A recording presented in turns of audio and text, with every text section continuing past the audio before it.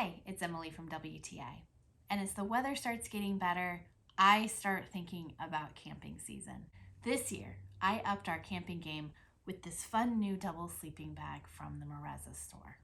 My husband and I each have our own sleeping bags, and we're always trying to zip them together so that we can be cozy in the tent, but it's really hard to zip together two individual sleeping bags. And this year I decided to make our camping game easier and better by investing in a double sleeping bag. I love the oversized shape of this one because we both fit super comfortably. This is a lightweight sleeping bag, so it's great for more temperate weather camping. You don't get too hot when you're in it. It's great for spring and summer nights.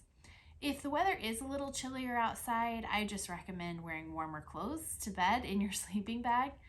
We used this recently when we decided to go out of town overnight but didn't really want to pack all of our camping gear in tent.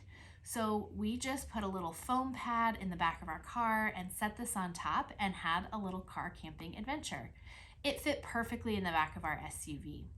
I love that it comes with these two included camping pillows as well. This sleeping bag comes with its own stuff sack as well, and it compresses really nicely.